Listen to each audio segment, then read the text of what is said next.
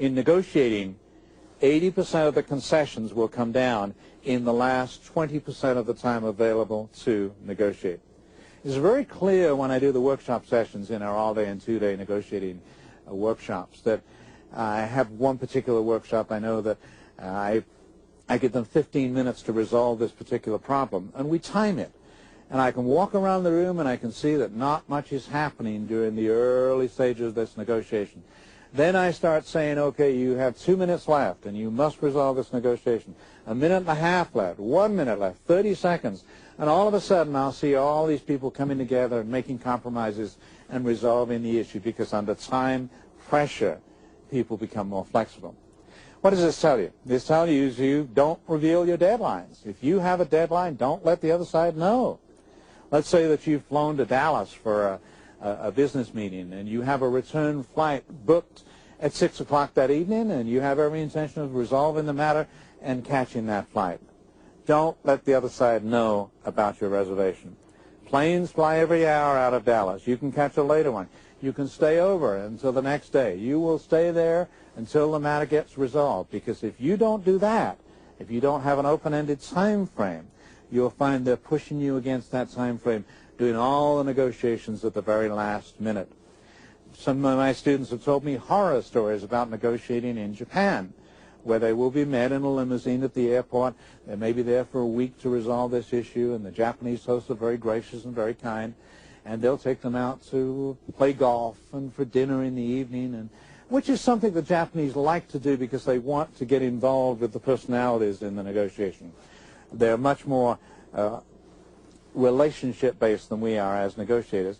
But they also push it to the very last minute. Unless you're very, very careful, you'll find yourself in the limousine on the way back to the airport at the end of the week, wrapping up the negotiations, and you're very, very vulnerable under that kind of time pressure. So don't reveal deadlines, but if, on the other hand, you can establish that the other side has deadlines, it gives you power in a negotiation.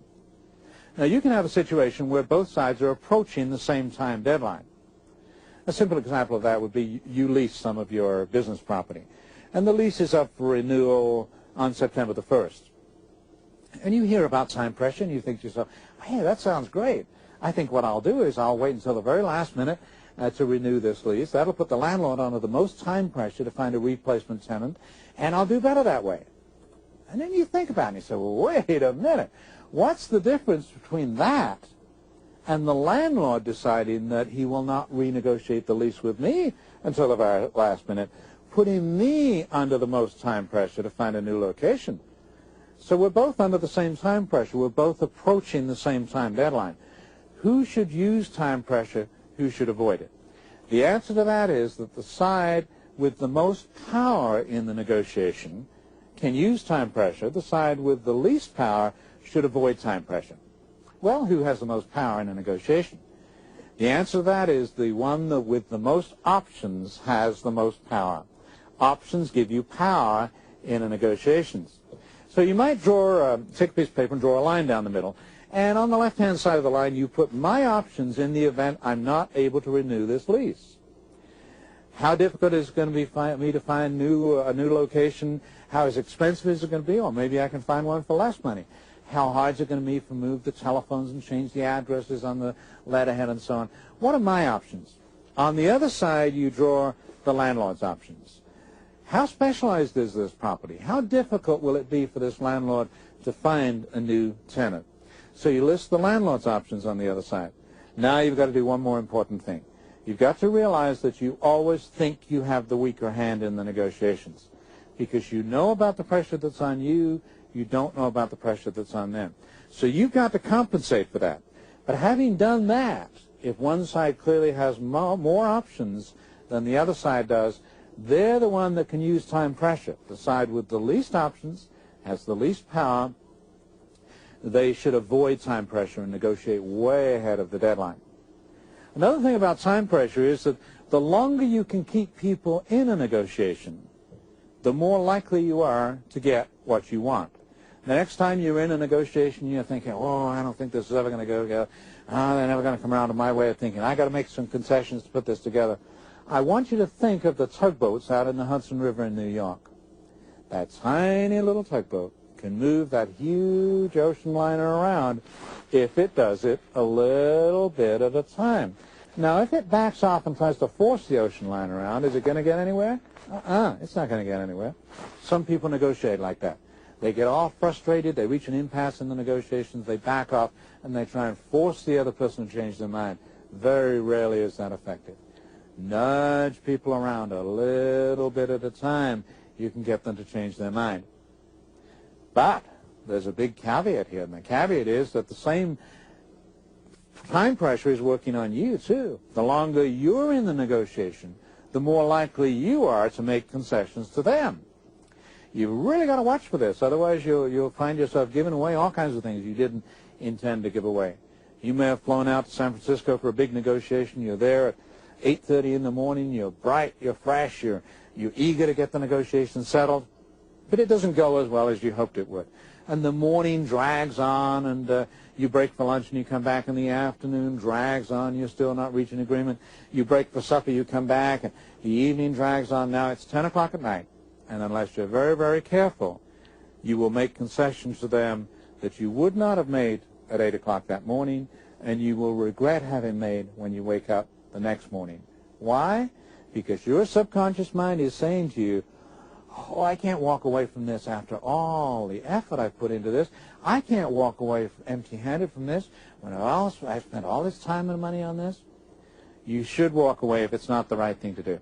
A fundamental understanding of decision-making is you've got to make the decision as it exists at that particular point in time. All the effort that you put in to get into that point, all the money that you spent to get to that point is gone. It's gone anyway. That is not good enough reason to pour good money after bad. This is one of the things that makes Donald Trump such a great negotiator. He's willing to pull the plug on projects because he reviews them periodically to see if it still makes sense. He spent over $100 million acquiring the site on Manhattan for what would become Television City. He was going to lure NBC away from Rockefeller Center. He spent tens of millions of dollars more negotiating with the city for the concessions he needed, getting architectural plans drawn for this huge project that would include a 150-story Trump Tower, by far the tallest building in the world.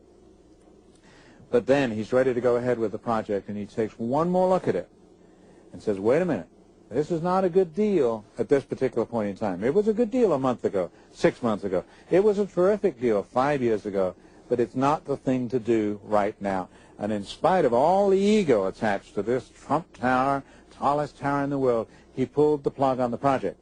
You got to do that. You got to take a look at something as it exists at that particular point in time. Don't be lured into you listening to your subconscious mind saying to you, I've spent so much time on this, I can't walk away from it. So people become more flexible in relationship to the time that you spent in a negotiation. The longer you can keep them in a negotiation, the more chance you have of getting what you want. But be careful that you're not giving away things just because you have been negotiating for so long. So the second element that always affects the outcome of negotiations is time pressure.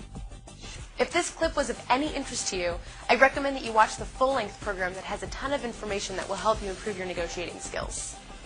Tomorrow, we'll go over a skill so crucial to effective communication, Tom Wood discusses it as though it's a superpower, equivalent to being able to fly or be invisible. So make it a great day, and you'll see me tomorrow.